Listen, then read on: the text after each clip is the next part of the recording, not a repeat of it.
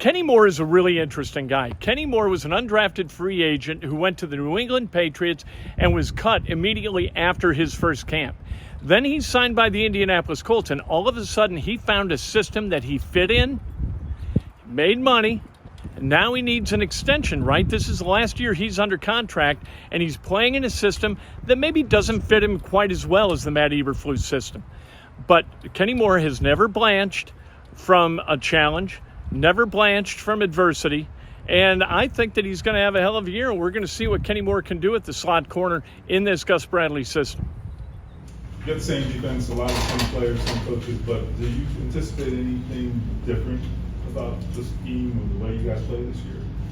Yeah, there'd be some additions from last year, but what I'm more excited about is for everybody to be in the second year inside the defense, to have that experience downs back in the back of our head. So anything that happened, good or bad, we're able to build off of it. And as a coaching staff, they've just been tinkering a lot of stuff. So one of those guys who's in their second year is Dallas Flowers. What's been your impression of him as a corner and how he's growing? I like Dallas Flowers' aggression and the way he's able to gel with everybody in the room. So I think if you have the camaraderie and you have the togetherness and in your play, then it'll take you further along than just a skill. So he has a skill set to play, and that's why he plays. And very excited to play with Dallas. A lot of investment in the young corners this offseason. Is there anything that's sticking out about any of these guys, whether it's Darius or Jalen so far? Just the willing to learn. I think everything is so limited right now with reps and being able to see somebody's true ability. But as training camp comes around, we'll see a lot of reps come together. Julian was talking a little bit earlier, I think last week, about he kind of shifted over to that corner spot at the end of the year, so you can kind of see things through your eyes a little bit more. Now that he's a strong safety, he feels like it's a good combination. Do you feel that chemistry a little bit with him as well? I love to play with Julian Blackman. Having him, as an athlete, you got to put your pride aside in certain situations, and having a position like the nickel position, you got to have the back seat on a lot of things. A lot of things will open up. Being an inside corner, a lot of things will open up where if things break down, it's going to seem like your fault, or you're going to feel like it's just you out there. So you just got to be steady, and you got to be steady each game, each practice, and you got to be willing to learn. And whether I was in his ear or Coach Milo, he was willing to learn, and so I think that'll help him a lot when it comes to him playing strong safety. I'm liking his growth throughout his career, and I'm proud of him. So as he embarks this strong safety position, I feel like him playing nickel at the end of last season will help him out a lot. Kenny, was this your sixth, seventh? Was it? This is my seventh year. Is that crazy?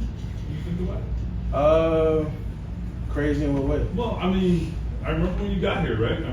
Let's be honest, right? No one knew you'd still be here. And then just in terms of how far you've come and to last this long in this league, it is hard. And just, I think just contrasting where you started and where you are now. What do you think? Good question. I think